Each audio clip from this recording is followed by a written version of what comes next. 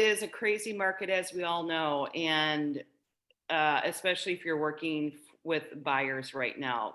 Listings are hard to get because, as we all know, the lack of inventory is killing all of us. So then you've got all these buyers out there, and you're trying to write a competitive offer.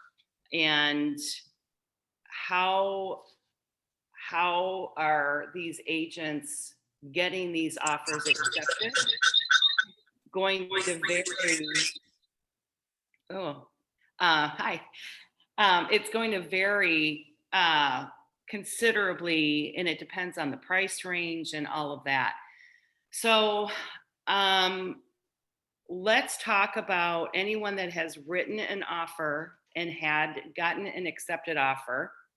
What terms do you think helped you get that accepted offer? Or if you listed a property, what terms were attractive as a listing agent working with the sellers? So, does anyone have any stories they can tell us? Bridget? I can tell. I have not. I can tell a story of why I think one of mine didn't get accepted. Yes, I love it. We offered 50,000 over, and I talked to her about, because they still wanted an appraisal, and I said, well, maybe we can offer them money at closing if it doesn't appraise. And they were putting 12% down, which was a significant amount. And I said, maybe let's take some from the down payment and put it towards, closing if it doesn't appraise. Okay. And I said, we should probably do 5,000 to 10,000, like at least 5,000. They decided on 5,000, and I still think that was a little bit low. I think, offering 50 over and it not appraising, I think they should have offered 10,000. I think that would have been a good amount, but I think the 5,000 didn't do it, and they were scared of it not appraising. Got it. Yeah. So I had a listing, and it was in the 400 range. 420 was the list price. I had 6 offers on it. So what I did is I put into MLS that any and all offers to be reviewed per seller Sunday at 4:00 or whatever. And I was going to wait to present all of them at once. However, I thought about that, and I then decided that I'm just going to submit them over to the seller as they were coming in, and then we would review them as a whole at 4:00, which ended up working better because I'm just going to give you the backstory if you're writing offers of what's going on the other side. It gave those sellers some time to review each offer, and I recap them in an email, like, here are the terms, da da da da da. And then when we met at 4:00, I had it in a spreadsheet. So then I sent the spreadsheet over, which actually by then they really didn't need, because it was very clear of what offer they were going to accept. We were kind of waiting to see if anyone was going to roll something in at the last minute. But one of the deciding factor on this particular house was, it's a no-brainer. There was only one accelerator clause in the whole out of the 6. So if the offer they did accept, if that wasn't in play, if that offer didn't come through, that accelerator clause offer would have. But so they took something at 41,000 over asking, no inspection. They were financing it, but the buyer will cover any difference in appraised value. Holy cow. You looked at that, and that is a complete no-brainer. So I got the backstory on these buyers, and the story is that they were sick and tired of losing out on properties, and they were looking in a higher price range.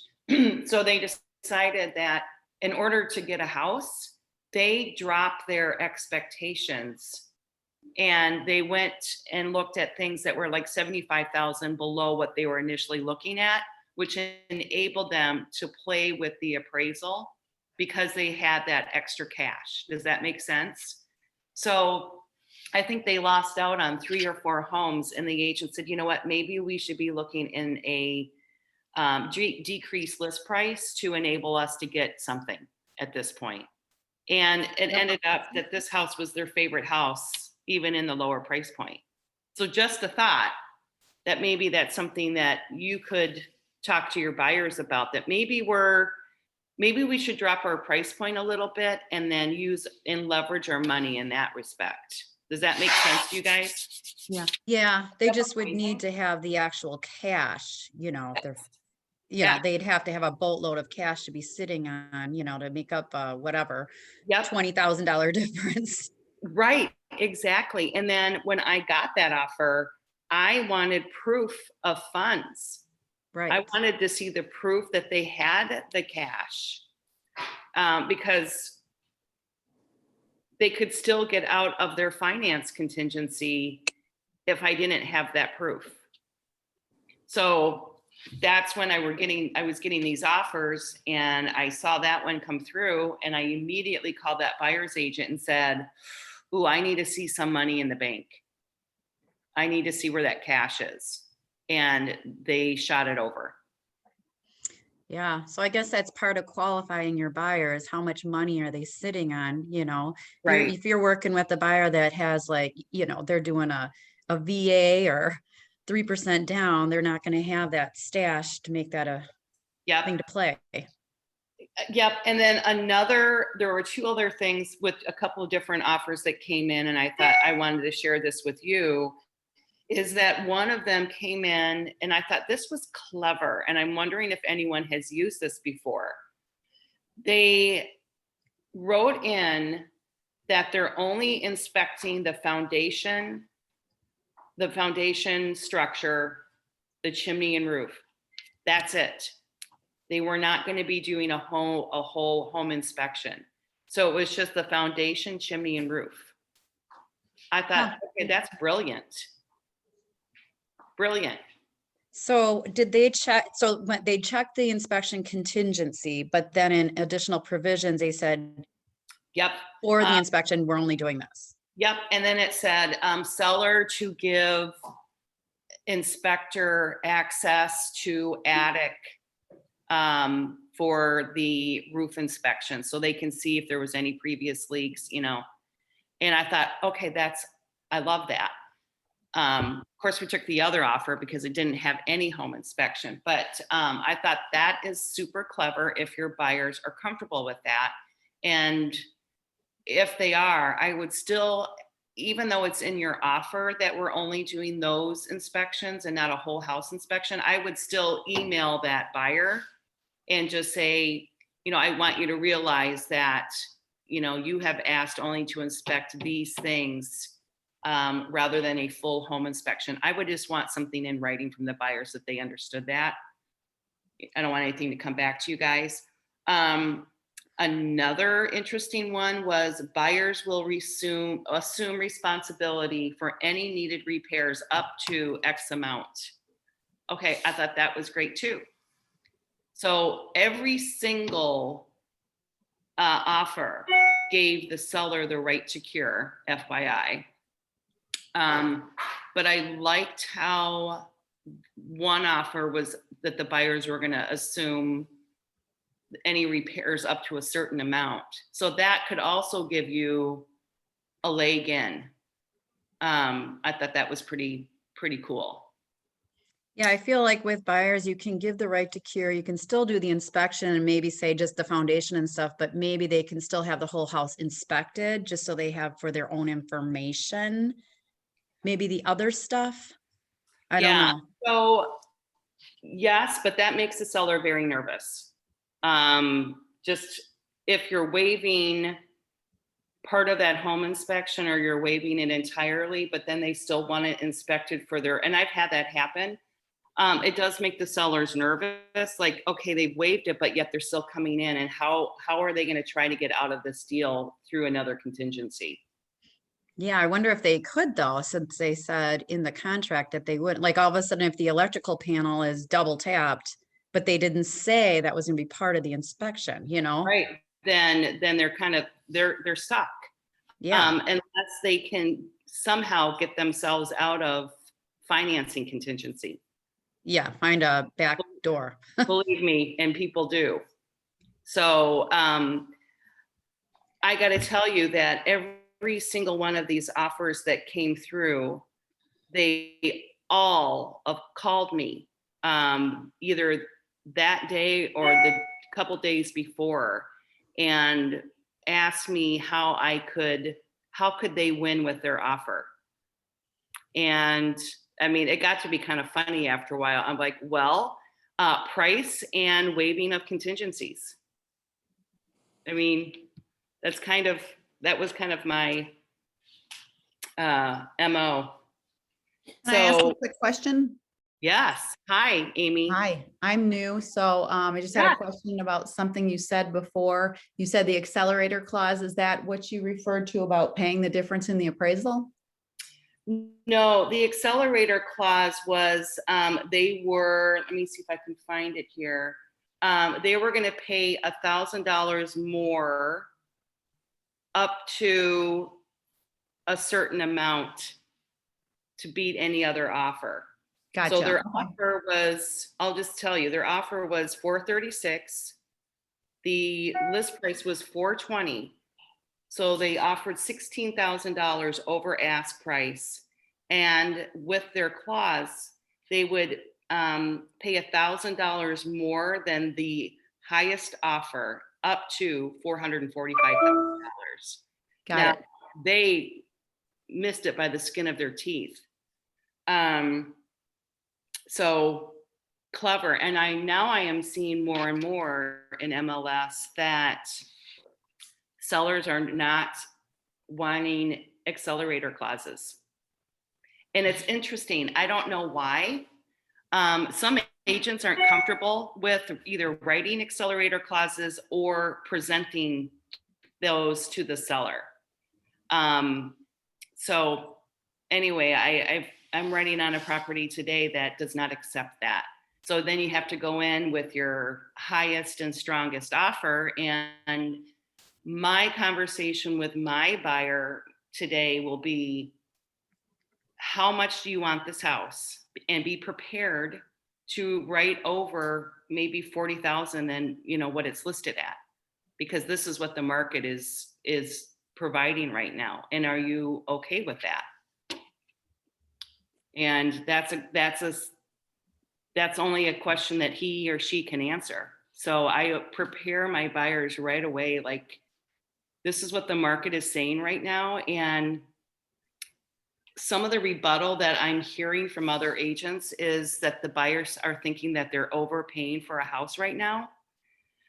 But let's be honest, the market determines the price, and that's what the market is right now. They're not overpaying. It's just what the market is bearing at this point in time. It may be different in a year, we don't know, but they're not overpaying. It's what the market is. The interest rates are really low still. They're creeping up. So these buyers at some point in time are going to lose some of their buying power as the interest rates rise up. They're not going to be qualified for what they would have been had they purchased today. So it's kind of a weighted situation that we have going on. I have a question. Janine? Oh, I'm Yeah. sorry. Yeah. As on the listing side, when you have offers in hand and an agent comes to you and says, and asks if there's something they can do to redraft their offer to make it better, how do you respond to that? Because you can't really tell them. Yeah, and believe me, you get those questions all the time, and you can't say, oh, well, if you would only come up 5,000, Yeah. This is my line. How bad do your buyers want it? And write their best offer right away, right away. If I see something in the offer that is incorrect, or they didn't put in the ideal closing date for the seller, I will say, hey, I don't know if you saw the notes in MLS, and I guess we didn't speak about it, but the ideal closing date is blah, blah, blah. And they may change it. But yeah, you can't disclose the situation at hand and what you have. I've just answered it with, representing your client to where they feel comfortable. Right. It is so frustrating. And I think I may have talked about this once before.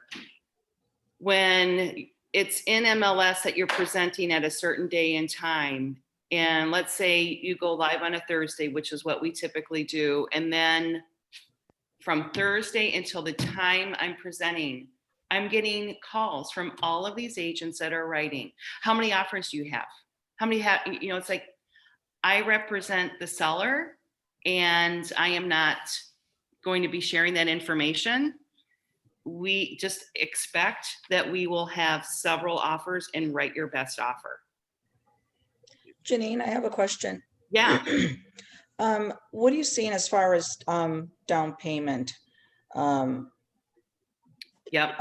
I've had this discussion with several people in regards to the amount of down payment that some people do, whether it's an FHA at 3.5, or somebody does 20%, or somebody does 10%, or and people saying that sellers are looking for more of a down payment. And I'm thinking, what difference does it make what they put down if they get the price for their house? Well, I think they're concerned about the appraisal, that the less amount that they're putting down, the more they have to finance. And, right. But, but at the same time, I was thinking, like, say, for example, like me or anybody, I mean, why would I put my money down when money's so cheap right now? True. I mean, keep my money and just, I mean, that's my opinion, but I mean, other people see it different, like, well, it's not a strong buyer because he doesn't have enough money. So like, how much money do they really have? And whether it's 5%, 10%, I mean, again, why would I, if money's so cheap right now, why would I put 20% down? I think and how do sellers see it? I'm sorry. And how do sellers see it? Right. I think from what I can see from the listing side is that the sellers are looking at the total package of how much money these buyers have. And the more money they have, the more attractive it is to the seller that they're financially secure. I rarely see the minimum down anymore on an offer. Not to say that I wouldn't do it personally, but that's how they're looking at it. What do you mean? What do you mean, like minimum down, like 20%? No, you can, and you don't have to put 20% down. That's the Right. thing. You can put 5% down on a conventional loan. 20% is ideal. That's what, I'm also looking at, is how much money are they putting down? And again, it depends on the price of the home, right? So,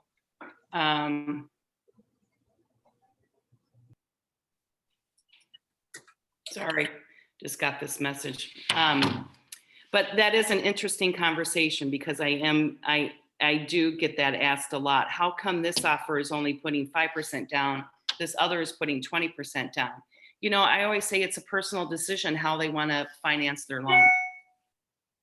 Janine, I have a question. Yeah.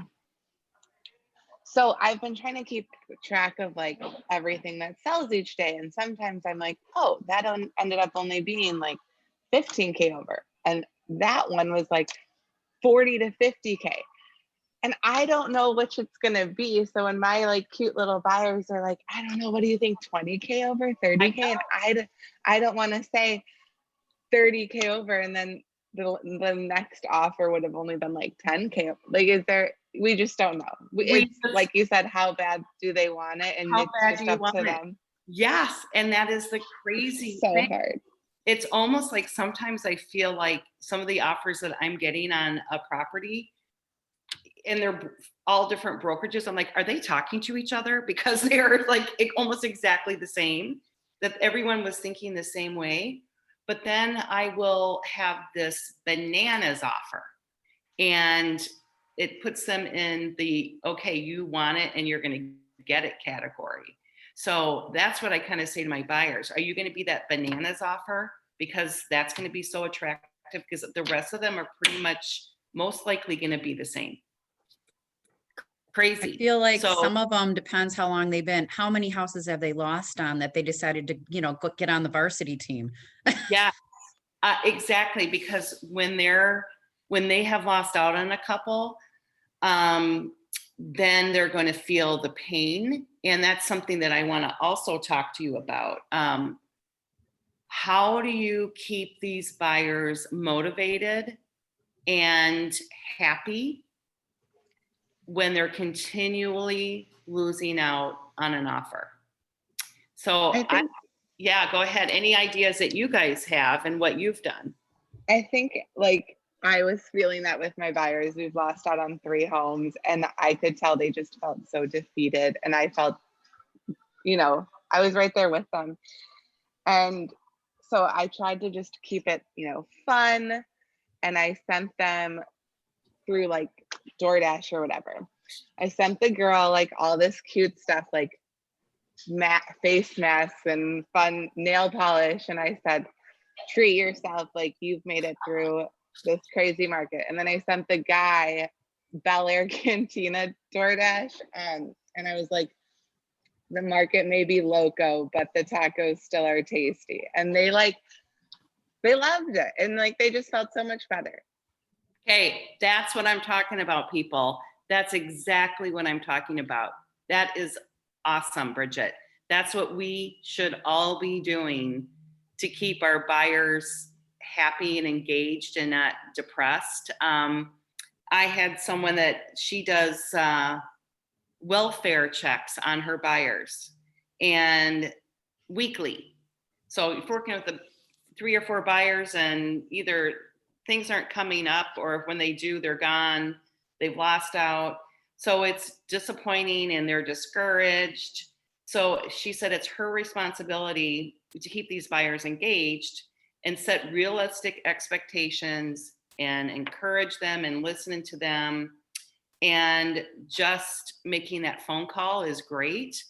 But I have an agent out in San Diego, and she said, I send them losing an offer gift. It's like a box of cookies or, something, continually kind of keeping them engaged. Like, this is going to be part of it. And if you set your expectations with your buyers, hey guys, we're going to give it our best shot. And I don't want you to be disappointed before we even write the offer, but it's, you may not get this house. There might be 15 offers on it, or we may get lucky and they're going to choose yours. But setting those expectations and then rewarding them, even if they don't get that house, is really, really important. So, Janine, I think one of the things that my last buyers, they were getting very discouraged, and I did that. Their top max was 260. But I mean, that was like absolutely had to have it, loved it. That was their top. And I was telling them, let's look for something in lower price point, so that we, you have some room to negotiate. And I think it was the third one that we finally got it. They accepted. It was 230. We offered 250. good for you. It appraised at 235. I put in the provisions that if it appraised lower than offer, they would bring in an additional 5. So they bought the house for 240. So it was still under what they wanted to pay, was 250. The house was 230, appraised at 235. They brought in an extra 5, and they got the house. They got the house. So That's awesome. So that actually worked. Okay, And then we also put in that they would take care of safety hazards under 250 and minor defects, nothing major. okay. I love that. Congrats. That's Thank good. you. Here's someone is asked, I have a buyer coming in out of town looking into investment properties. They are looking for a few duplexes or larger apartment buildings. My question is, how do I ask for proof of funds without being too intrusive? I asked if he got a pre-approval of any price, and he said he will be looking into that, but will be dropping a large amount of cash. I just want them to be prepared, considering they are only in town for a few days. Okie dokie. So that's, you treat them like any other buyer. The way that I operate is, gosh, I would love to show you any and all of these properties. I'm going to need a pre-approval from a lender. And if you're not going to be financing, then proof of funds before we start looking at properties. I mean, I'm Okay. 100% adamant about it. Okay, so it's not being too intrusive if they're saying that they are dropping a large amount in cash. Because I mean, he's looking up to 700K. He saw he was interested in this 10 unit apartment complex. And he's coming in town tonight and he wants to look all weekend because he's only in town for like 3 days. But that's a question I asked. I said, did you get pre-approved yet? And he said that he was dropping a lot, a good amount in cash and that he is working on his pre-approval. But I know that typically a pre-approval letter is not being too intrusive. But like, how do you ask for the funds? Like, let me see your bank account, screenshot it. Like, how do you ask for that? Well, and let's go back, because even if they have a large amount of cash, doesn't mean that they're going to be approved for a loan. They could have a large amount of cash and have the worst credit in the world for whatever reason. Very true. And not be qualified. So, I think don't have that self-doubt where you're intruding, because you're running a business and your time is extremely valuable. And I think honestly, once one gets burned with a buyer of saying they have they're working on the pre-approval and they have tons of cash and then they can't qualify, you will quickly ask for that up front, because it's happened to me and lots of other people on my team. So I would just say, let me, send them over to Scott Halverson and say, this is our local lender and we're going to need a pre-approval when we write the offer. So when you are coming into town and you stumble upon the perfect investment property for yourself, there will be others that will that are interested in that property as well. So in order for us to write an offer that will be accepted, this is one thing that I will need from you. And we should have it in hand when we're out looking tomorrow. And so it's good thing that you mentioned, you said Scott what, and how do I get his information? Sorry, I never worked with him before. Yep, he was on a couple of weeks ago. Maybe you weren't there. Let me pull up his contact information right now. Thank you very much.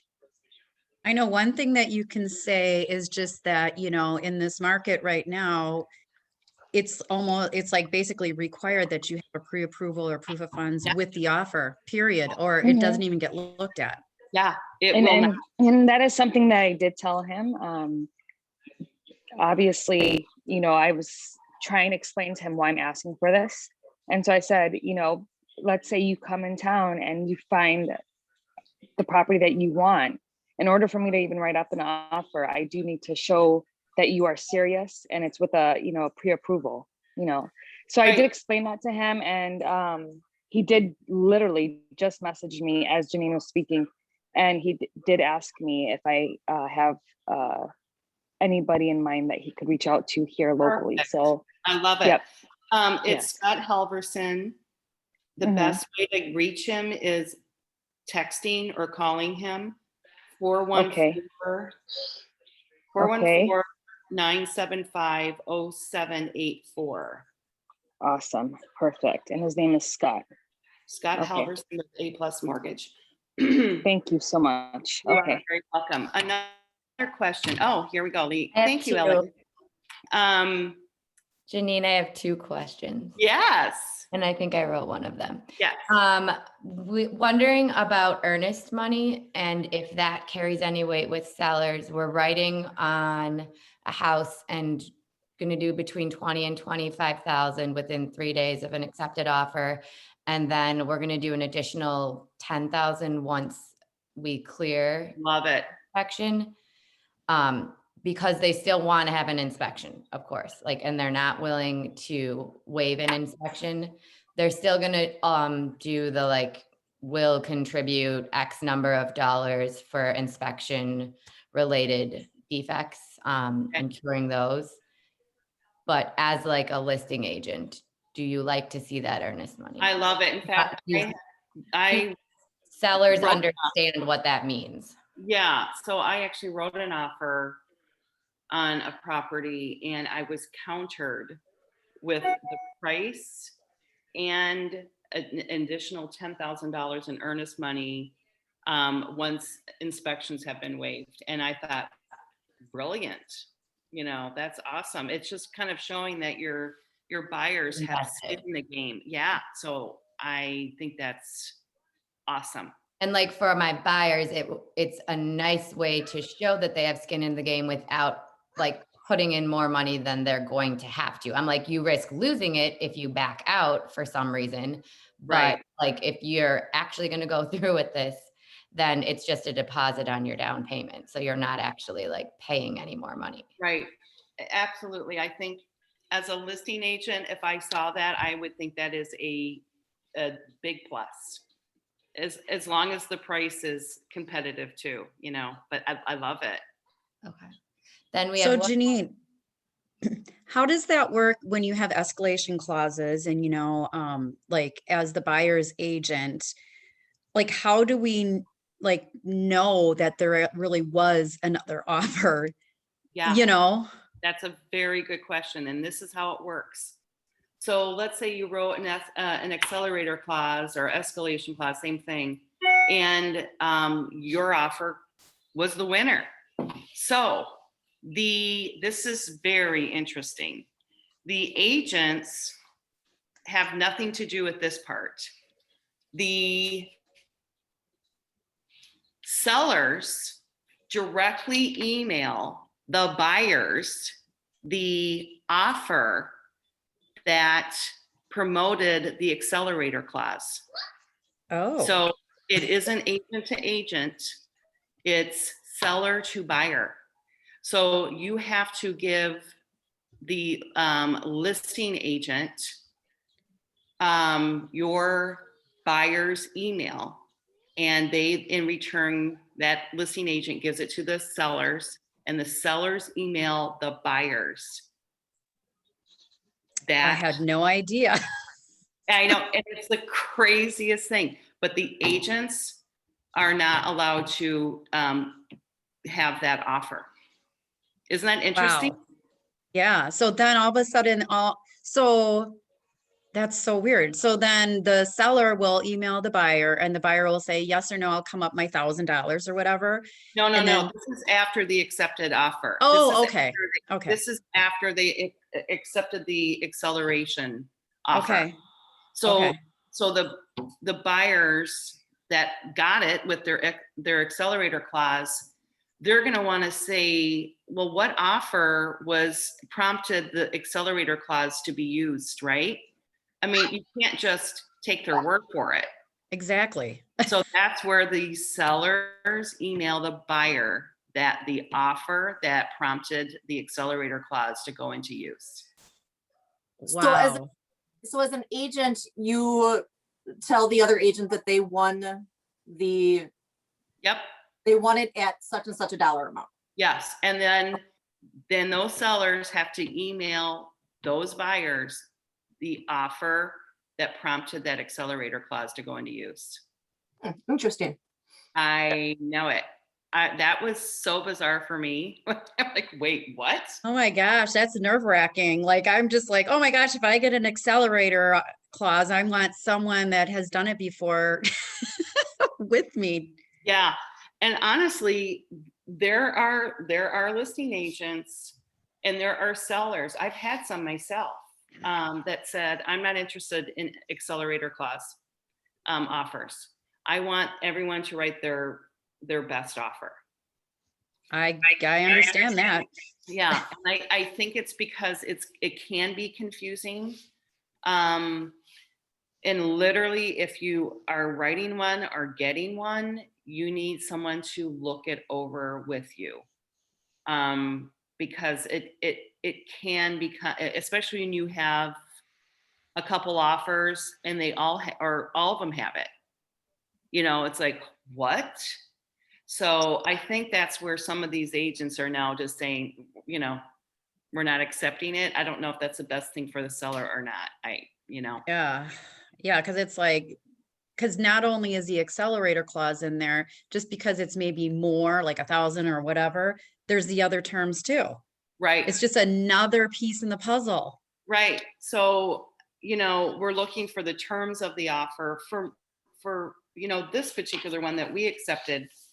It was everything. They beat everyone else on terms and price. And it's really interesting because and this is one of my biggest pet peeves is, oh my gosh, you're writing on a property. You don't even get a call that you didn't get the accepted offer. And it shows up in MLS as accepted offer. Oh my gosh, that's the worst thing ever. So remember this, you guys, when you are a listing agent, before you go in and change it to accepted offer, you send back that offer that they wrote with rejection. Because every single time I've had multiple offers on a property, there's always that one agent that says, I would like the offer to be sent back to me from the sellers, because they want to make sure that this actually was presented, right? I can't tell you how many offers I've written and I've never gotten anything back from the listing agent that they presented it and it was rejected. How do I know? Not good. So you do like, so when you put an offer in, you specifically make that request. How do you request it? Just in the email that kind of your cover letter email? No, if they call me and say, I'm sorry, we went with another offer, I say, my response is, oh, I'm really bummed. Can you please send me the rejected offer back to me? Because I want to know for a fact that listing agent did present that to the seller. Yeah. Didn't just cherry pick. Yep. So as a listing agent, what I do is obviously we have chosen an offer that we're going to accept. I have them sign that right away because we want to get that puppy signed, right? Like we're done. And I send that accepted offer over to the buyer's agent and I call, I text, and I email, please confirm receipt. I want to make sure that he or she has it in their hot little hands before they rescind. So I'm always, making sure that they have the accepted offer in their email. I want confirmation. Once I have the confirmation, then I'm sending all of the rejected offers over to the seller to initial. I presented it, put my Janine Werner, Keller Williams presented, blah, blah, blah. And then they initial rejected. And it's, depending on how many offers, it's lengthy. But I want all of those agents to know that, yes, I did present your offer and unfortunately it was rejected. It just keeps everything neat and tidy and, you're a professional, which I don't see a whole lot, not from KW agents, but from different brokerages where it's like, I receive nothing back. And it's very frustrating. I am sure that my offer had been presented, but you want your buyers to have that confirmation as well. It's closure. It's closure. It's closure. And then, you may go into MLS, and this is interesting. You may go into MLS once that property closes that you did not get. And I've had phone calls from different agents that this has happened to them. And it's like, we actually wrote a higher priced offer and it closed for less than what we offered, yet ours was rejected. There are a few things that could have happened. Most likely, it's because something came up on home inspection and they negotiated it through price. So that's probably number one. Number two could be it wasn't the price, it was the terms. Maybe it was cash and no appraisal, or maybe it was finance but no inspections at a lower price. Those sellers thought that was for them a better offer. So it just depends, but I know people feel like sometimes they're not they wrote a better offer, and yet when they get to MLS and it closed out, they're frustrated. So keep that in mind. I've actually had phone calls from agents that said, this closed out at this amount and we wrote a better offer. Yeah, but there were circumstances in this offer that made this, this one more attractive. Crazy. have a That's another question. reason. What's that? I have a question. So is it like, I know sometimes like if you do an offer and then you write like a handwritten note or something with the offer, and then the seller takes that one just because they find it's like cuter or more personable. Does that still happen a lot, or do people give gifts or anything to kind of like boost their offer? I always tell my buyers a handwritten note is great, but I am not going to be submitting any photographs of anyone. I don't know if we've talked about that before. I used to, and I thought, okay, this is so adorable. However, you don't want to encourage any kind of discrimination. Yeah. And so I really, letters for most of these sellers, depending on who the audience is, meaning if they've lived in their house for 50 years, and I've had someone like this who blatantly told me, I am not really attached to the price that comes over. I'm attached to who is going to be buying my house. I want to know about them. I want to know, it was crazy. She wanted to hand it over to someone that was going to be a good steward. I thought that was very interesting. But I'm not seeing a whole lot of letters. In fact, I think there was one with this competitive offer that I had a couple of weeks ago. But really, money talks and your terms are going to speak the loudest. And these sellers know that they're in a competitive market. And I think for the most part, they just want the terms. Yeah, because I know I've written 3 offers so far, and I didn't do a letter, but in the email, and obviously I don't know if the agent like told the seller. I just basically wrote like, oh, he really liked this about the house. Like these are the things like he would do to it, so it's not like personable, like, but it like, that. Yeah. I like that. And I also try to call the agent after I put in the offer. Andy told me to do that, to just say, hey, like I put in this offer, just so you know. And then that way, like you and I would have some sort of connection. And Yeah. the first time I did that, the agent was like, wow, you're actually the first and only person to call me. And that just blows me away. That's crazy. Everyone should be calling that agent and giving them the heads up about their buyer. It's really important, and it's really important for you as an agent to connect to your co-broke. Even that alone may get that offer accepted, because they may have a couple offers and they have worked with some whatever agent and just know that, gosh, the last 2 offers that I've received from this agent, it was very difficult. The communication was terrible, and you just don't feel good about it. And then you get a phone call from you and you're telling me about your buyer and that they're no drama and they've lost out on a few houses and this is their house, I am quite confident that that is going to be relayed then to that seller for sure. Yeah. 'Cause I For know with my buyer, his lease is up in July, so we're looking now, and then we'll either figure it out what we're gonna do if we need to end the lease early or whatever.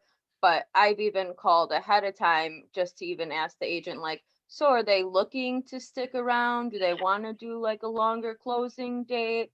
Like my buyer's extremely flexible on getting in early or later, and I felt like that kind of helped too. absolutely. I always call when I'm writing an offer, and sometimes it's in MLS, so look for that too. But I always call and say, if it's not in there, what is the ideal closing date for your seller? I want to make this offer as attractive as I possibly can and at least be able to meet the terms that your seller would like. And I get as much information as possible. And then I go back to the buyer, and you will be surprised, or maybe not, how many listing agents will verbally vomit with information that they may or may not should be sharing. And I write it all down because I want to give my buyers the best opportunity that I possibly can. And Yeah, it's I've fair. noticed when I've called the listing agents that I try to, because it is a seller's market and it's crazy for them. And it's like, I try to appeal to them like, hey, how are you doing? And kind of make a connection that way. And then they feel like we become the sounding board, and they open up and they share, like you said, a lot more than maybe they should, but If that's you- okay. Right. If you have a contentious relationship with an agent, oops, can you guys hear me? Yes. Yeah. Okay. If you have a contentious relationship with an agent, and there will be some you're like, oh dear God, I have to be in business with this person for this transaction. There will always be those.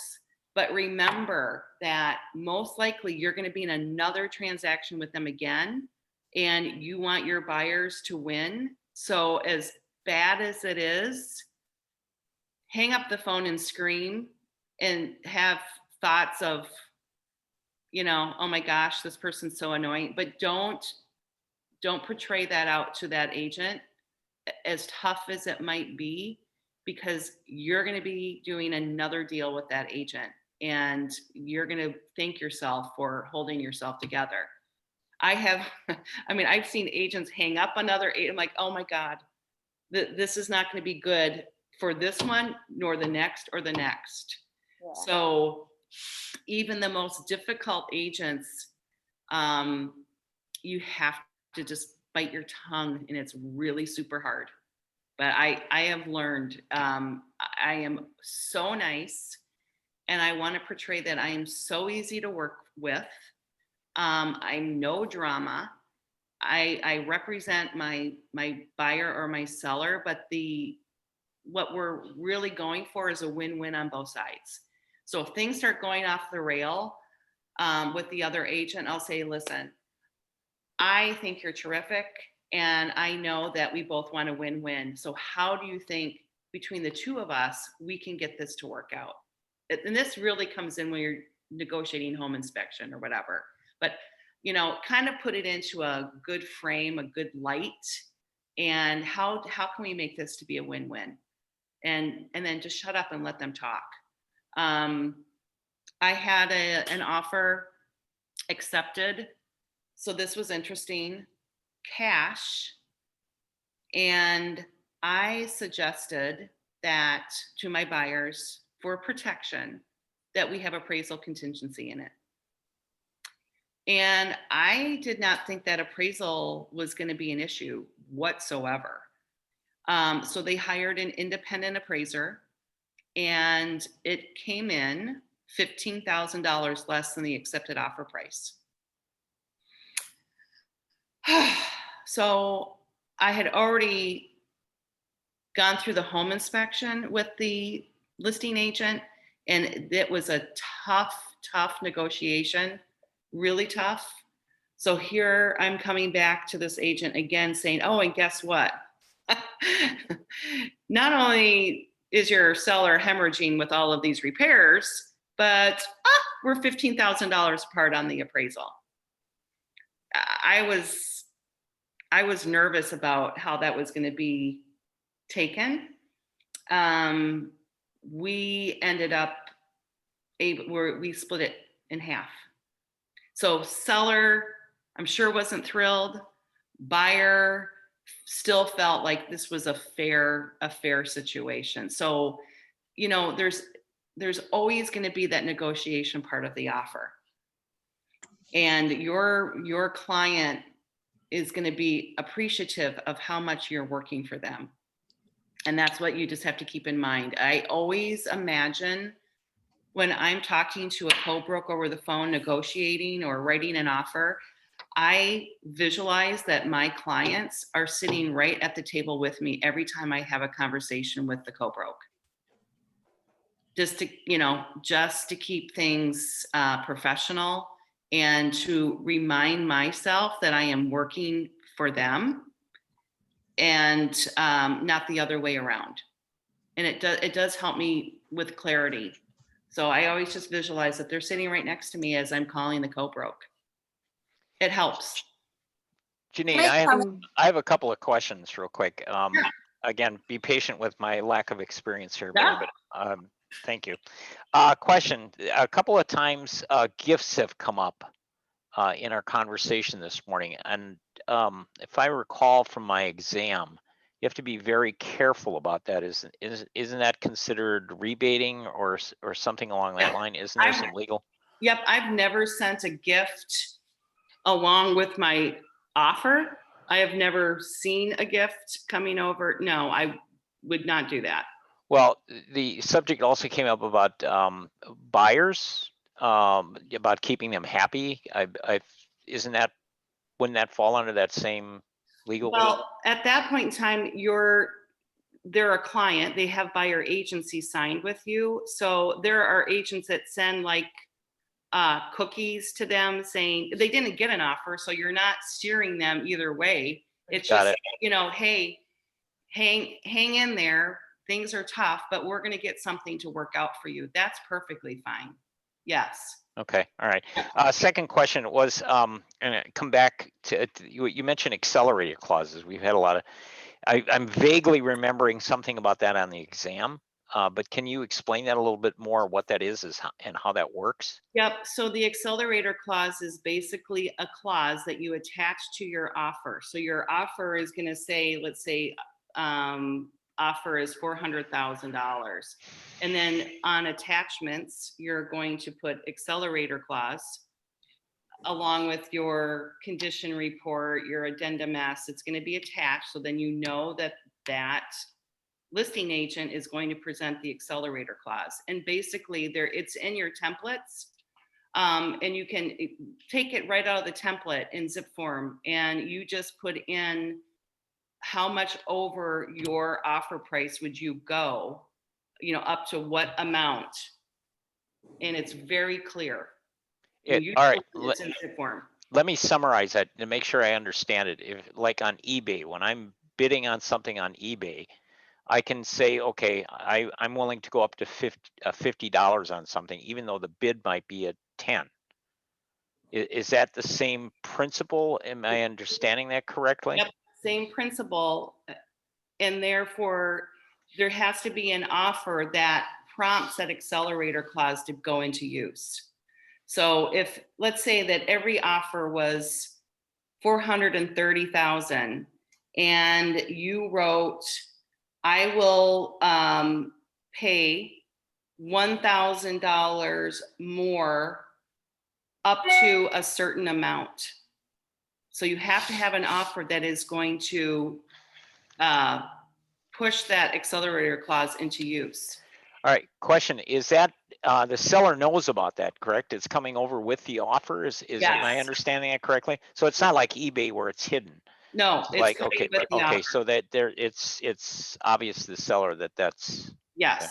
Has to be. Yep, and that's why you want to make sure you put that in your attachments. Got it. And that's another thing. I've also heard that buyer agents are writing these offers with a letter from the buyer. And they're afraid that that letter isn't going to be presented to the seller. So they're actually writing it in as an attachment. Okay. So again, I would not put any photographs on that letter. I would say, skip the photo, please. But, be more than welcome to write a letter. And then I would put it in as an attachment. So then I know that the listing agent is presenting that letter to the seller. Why would you put a photograph with that? Just, I'm trying to grasp that one. Oh, I mean, because families with their kids, they want. Oh, okay. All right. Just, Yeah. all right. I got it.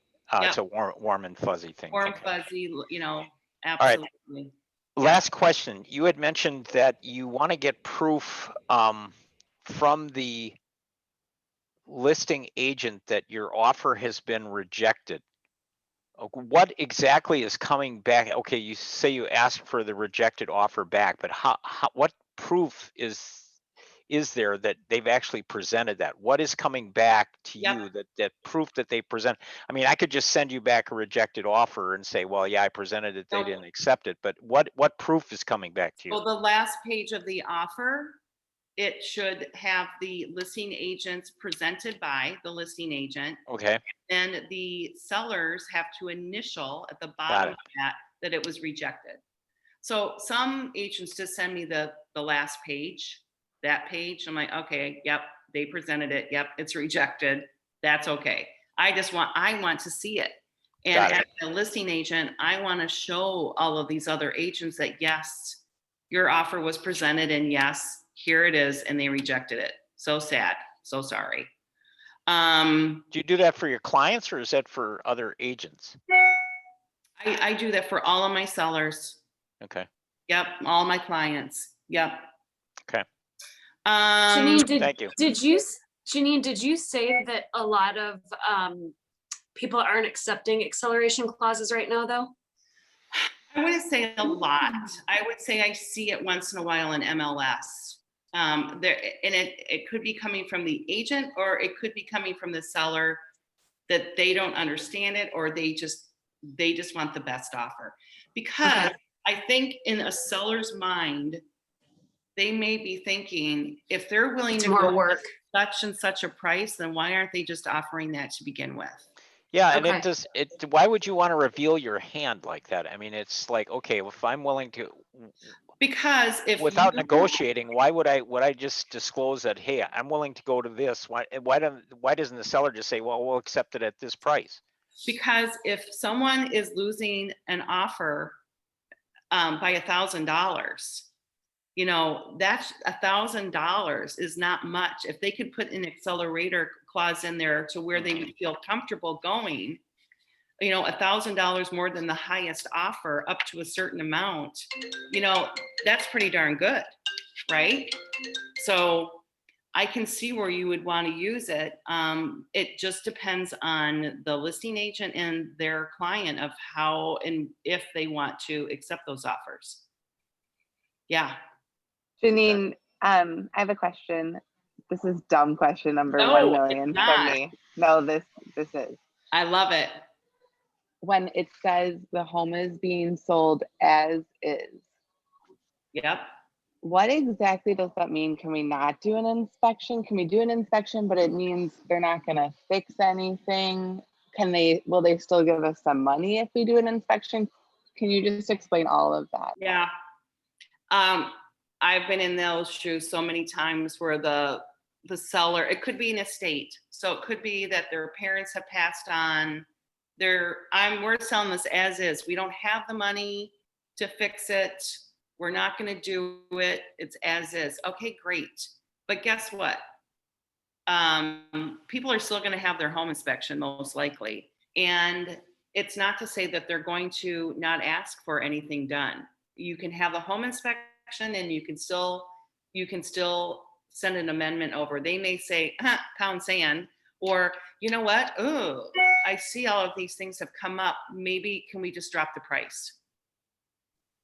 So as is, that's fine, but I'm still going to do an inspection. and I still may send over an amendment. Good question. I sold a house, my parents' house, as is, oh, this is back 6 years ago. And the agent that I worked with, we priced it, as is, and it was a reasonable price. And the first offer that we got on it, we accepted, but then they came back and they said that we want all of these things repaired. And so we ended up rejecting that particular offer because we weren't going to repair all those things. That was the intent. So we and eventually got a second offer, which was accepted, and the house was sold. And they were rehabbers, and they bought it with the intention of doing it. But Sure. the first group, they came back after the offer was accepted. They came back and they said, "Well, we want all of these things repaired." Yeah. And so we just rejected that, and then the offer. So I think maybe they just decided that they didn't want the property, and all of these conditions were given as a means of exiting the Sure. deal.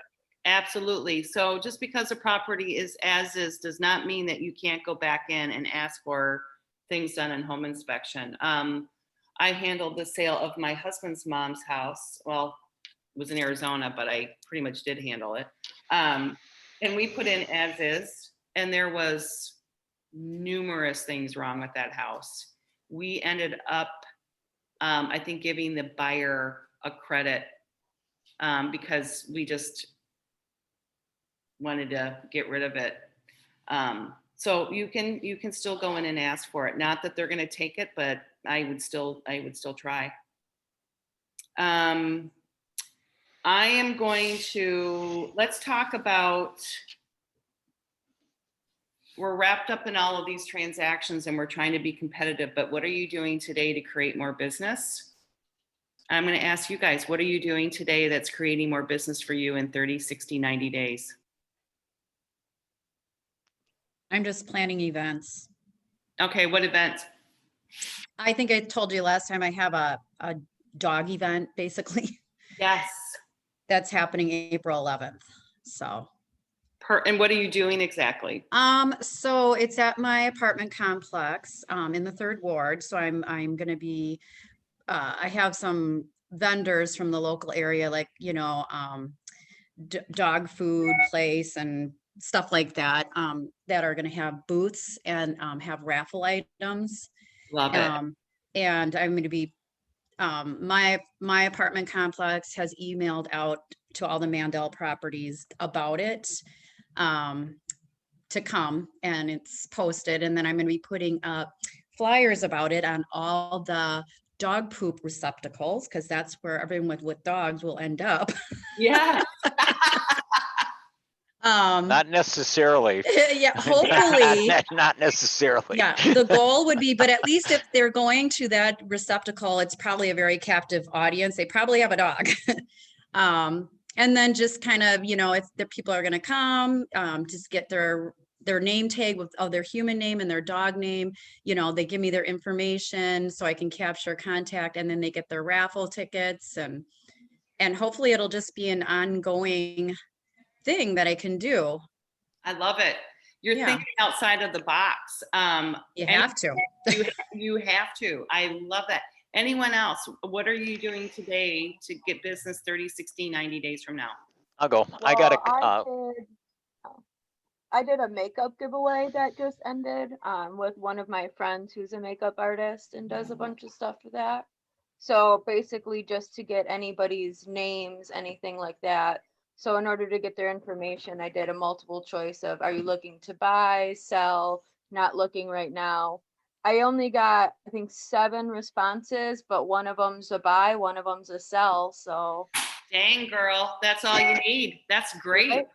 Yeah, so I did I gave the information like, oh, hey, sorry you lost or sorry you won.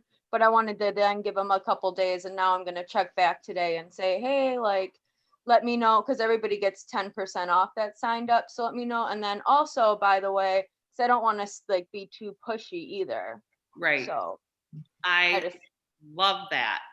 Okay, somebody else had something. Yeah, I got a couple of things. Yeah. Number one, I've got through KCN, I remember Kevin's team, and we placed a Facebook ad. So I've got a prospective buyer that I'm following up with. And I also got two scrubbed listing from two zip codes, 53214 and 53223, which is Tosa and West Dallas. And I've got a short, brief, to the point script that I'm going to cold call some people. Good. And I think it's a real quick way of, and it's, it's a situation where if nothing comes through, there's nothing lost. I do have some other higher quality leads that I'm following up on. I've got some cards that I had made up. Are you interested in selling, et cetera, et cetera. And then I write a handwritten note on there, and then I've been sending those to develop and nurture those. Mhm. Because I don't want to necessarily cold call them right away. I want to kind of warm them up first a little bit. Yep, So that's what I'm working on today. love it. Anyone else? I'm kind of I'll go. debating. Oh yeah, you go. Sorry for interrupting. Mine might sound like some common sense, but just marketing in my everyday interactions with the people I never think to market to, like when I pull up at my usual gas station, talking to people. Sometimes I slide, after I pay at the pump, I slide my business card in there. Love So it. the next person will come and take it out. Stops at the bank. I might send it up when I send my transactions up to the teller, talk to her. And when I get my money back or whatever I'm pulling from back, I just leave a business card in there so the next person that comes through the drive-through lane will grab it. And the same with like going to Walgreens or Walmart, the common areas where you see people and you might not make a conversation. I learned to kind of stop hesitating and say, maybe I should talk about it, maybe I shouldn't. I just like to kind of jump in and say, hey, this is what's going on. If you know anybody, or if you're in the market for a realtor, I'm your gal. So just using those everyday interactions to market myself, because sorry, my kids, I'm in the car driving, listening. But yeah, just using those everyday interactions to market myself, because nobody will know what you're doing unless you talk about it, especially somebody, on the street. Absolutely. You're not a mystery real estate agent. Put it out there. I love it. And we all forget. I forget too. Even my Uber, I think Katie Neville recruited her Uber driver into real estate a couple years ago. And I don't even think it was in the state. And now this recruit is killing it. I mean, always talk about it. I absolutely love it. Any other ideas? I have a question that I kind of want to do for lead gen.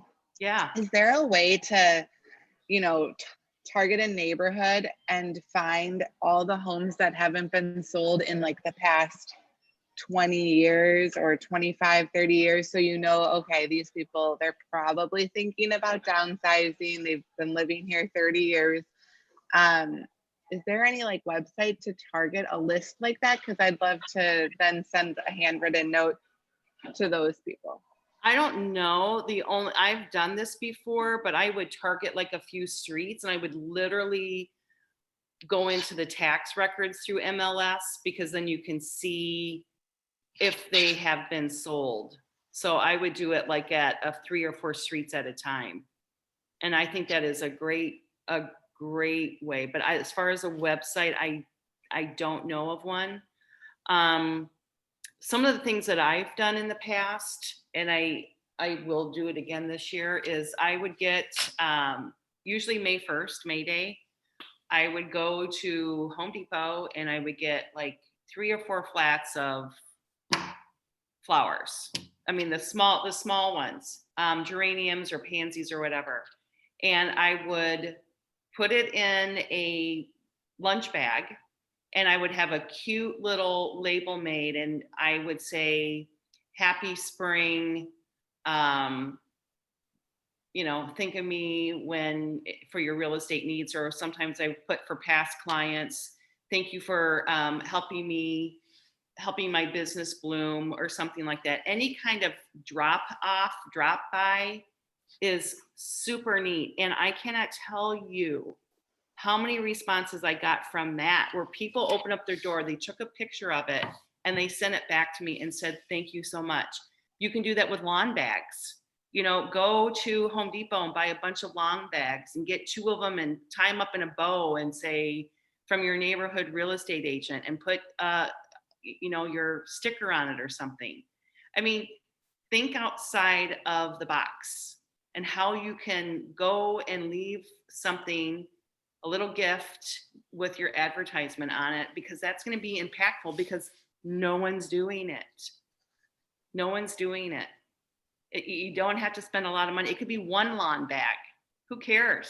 I mean, my lawn's a mess. Would love a lawn bag. So just some thoughts out there that you should always be thinking of. What is next? What am I going to do today that I can get a buyer or seller to close in 30, 60, 90 days? I always have a whiteboard with me in my office, because I go there every day. And I have buyers and sellers, and everyone I can possibly think of that might buy, and then everyone I can possibly think of that might sell. And I put the source of where it came from, and then I have a line and I check it when I get them under contract. And some of these people I have rolled over from 3 years before, because they're not doing anything yet, but I don't want to forget about them. And I have them in my database, like blah, blah, blah, drip campaign, blah, blah, blah. But I need to see it. That has really, really impacted my business. Something as simple as that. Jay does it too. He stole my idea, but no kidding. But I think almost everybody in our team has their whiteboard, and whether it's their home office or their office or both, it's just the visualization of looking at what could be. And I have a number next to it. I think they're going to look at 500,000 to 700,000, or I think they're going to sell for 200,000. And I always have those numbers up because I see it and I'm thinking about it. Just something for you to think about yourself. I have a question for you. Yeah. So my son, he's a senior. He'll be on the varsity lacrosse team. They start games April 15th, I think. And I was thinking last year I wanted to do this, but they had no season. So I was thinking of doing something with concessions. I don't even know if that will be open, like sponsoring, you know, something with my card or whatever, do Yes. water bottles with like a sticker. Yes. I was wondering if you had any other ideas. Yeah, because kids are a great resource to get your name out. So I'm anything. at the tail end of using it. I know you're on the cusp. Yeah. Yeah. I love the water bottle ideas with your logo or your information. I think that's great. And you can just bring a bunch of them to a game and hand them out to people that are standing around. I would think that would be a win-win. Yeah. I love that idea. I used to do when he played club, we would have like a fundraiser kind of thing, but I was thinking maybe I could do a barbecue or like do like a spaghetti dinner for everybody. Yeah. Another thought is what we're doing in May, I believe. We're doing pictures in the park. Okay. So we're inviting all of our database, and we're hiring a photographer. And that one first photo is going to be free, so they can bring their dogs or whatever. And if they want any other photos, then they have to go through the photographer. So it's still socially distant and fun, because who doesn't want to get, you know, their picture taken with their family, with their dog or whatever. And it's so darn easy. Yeah. I mean, they all just got their cap and gowns yesterday too. That's another thing. Yeah. Okay. There you go. All right. I'm writing this down. There you go. Yeah, I love it. I want to end with this, which I think is so crazy, and we all need to remember this. And I'm going to read this right off from another agent that our team was doing a whole session on customer service and why it's important. But this person said, being present and show up filled up. So this is really hard to do when we're scattered and we're running with buyers, or you're starting to work on your business. But my clients will tell you that they always feel like they are the only one I am working with. I try extremely hard to show up filled up for every client. An example of this would be if I'm on my way to a showing and I get a call that I did not get an accepted offer with another client. Yes, I'm disappointed. However, I do not want to carry this disappointment with these clients or after a long day of showings with multiple buyers. I want to make sure I show up as happy and enthusiastic with my last clients as I was with my first. Really important to do.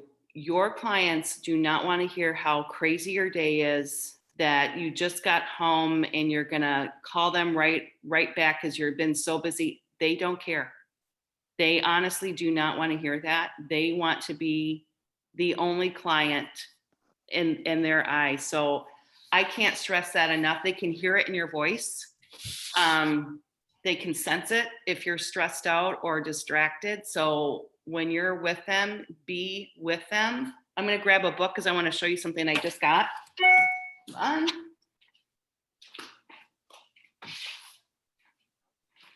This is amazing. It is the new gold standard. Joseph Micheli. It's the Ritz-Carlton Hotel Company standard. Just came out. It is fabulous. I actually got one for everyone on our team, and I started reading it yesterday, and super important customer service. It starts there because that is when you love on your clients like no one else, and you're going to stand out from everyone else. That's where your business is going to grow, is from how you service your clients. You just need one because they spread out, and your name will be given out to their friends, and it may not happen right away, you guys. It may take a couple years. It's taken me years, but they will come back. They will give your name out, and it's how you are treating them from the very, very beginning. And they are number one. Nothing matters but them. So I'm going to leave it at that. We are not going to have productivity next week. It's spring break for a lot of people, and we just decided we're not going to have it. If you're going to miss us, then go into the YouTube videos and you can go back into the productivity classes. They've been taped, and you can find a subject that you might need help with, but we will not have it next week. Okay. All right. Thank you. Bye, everyone. Thank Bye. you. Have a Thank nice you. day. Thank you. Thank Thank you. you. Thanks, bye. Bye.